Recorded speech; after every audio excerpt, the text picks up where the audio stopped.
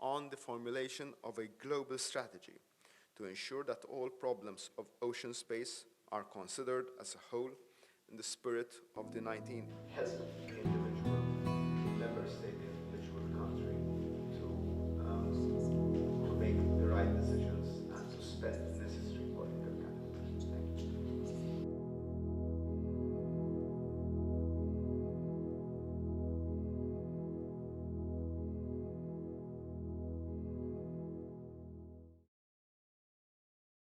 No, I think it's fairly fantastic the way in which the relations between our two countries are developing. It's easy to say it's two island states. The size of the two countries is diametrically opposite, to say the truth. But the ocean unites us in many ways. Uh, it is also quite unique for us to see the way in which uh, the trade the trade balance has shifted from one end to another until quite recently, as many other countries worldwide, Malta suffered a trade imbalance with Japan, given the fantastic reputation of Japanese products worldwide, including in our country. But as of recently, that has shifted to a trade balance in our favor, mostly because of the way in which our tuna is priced here in Japan. I think it is not just because of the quality of the product.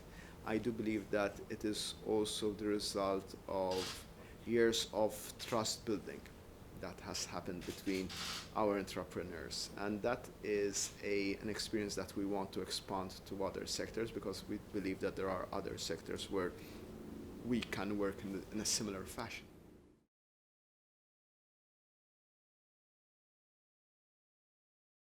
Well, we totally agree with that. We do believe that there needs to be um, more innovation at the end of the day. So we are totally in line with the international rules when it comes to stock management, and also fish farming falls within that management system, and we're very tough on that management back at home. But we believe that the key is innovation, having a closed cycle, um, innovating in the way in which the tuna is bred, um, but also the byproducts of tuna, say the omega-3 derivatives that can be used for the medicinal industry. And that is where we believe that the research that we're carrying back at home can be boosted in an exponential manner if there are Japanese institutions, not only companies, but also research institutes that will invest with us on this, because this is the future at the end of the day.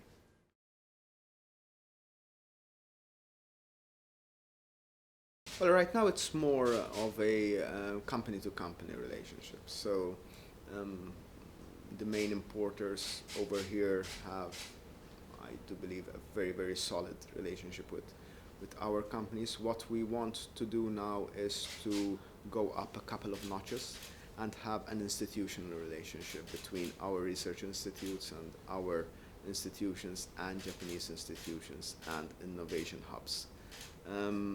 We do believe that is the next barrier, and we want to overcome that barrier with this visit. Well, I think the key point is the key word is trust and trust building. Um, we're the smallest member state of the European Union. We don't have delusions of grandeur. We know our size, we know our limitations, we know what we can do and what we cannot do.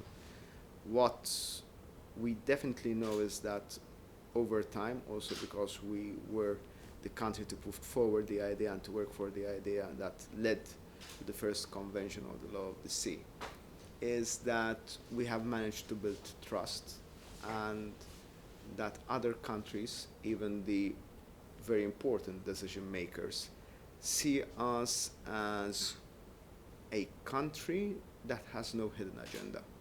We are not there in order to act as a smoke screen for someone else. What we say is what we do, and what we do is what we say at the end of the day. So that is, I think, our best value added, and that is the asset that we want to capitalize on, to bring together parties that might be skeptical of one another, but at the end of the day, what they have in common is that they all trust us, and on this trust that we want to build for the future. Well, we have seen this in action in a very micro level, where through the Nippon Foundation, a sizable number of lawyers from developing countries have been given scholarships to come and study at the International Maritime Organization's International Maritime Law Institute in Malta.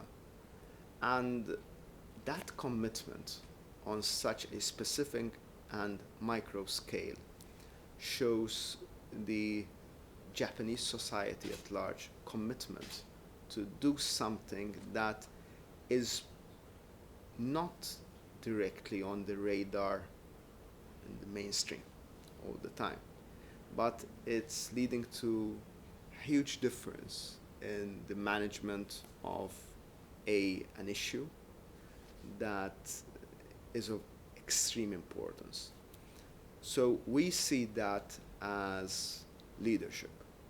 We see that as leadership which goes beyond being seen as doing something.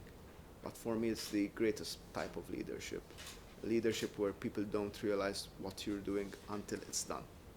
And we seek to, not only with the Nippon Foundation, but with the Japanese companies, Japanese government, to forge such synergies where we can both invest our political capital in such initiatives in the future. All right. Prime Minister, thank you for your time. I know you're very busy. Thanks for sitting down and talking with us. Thank you. It's my pleasure. Thank you.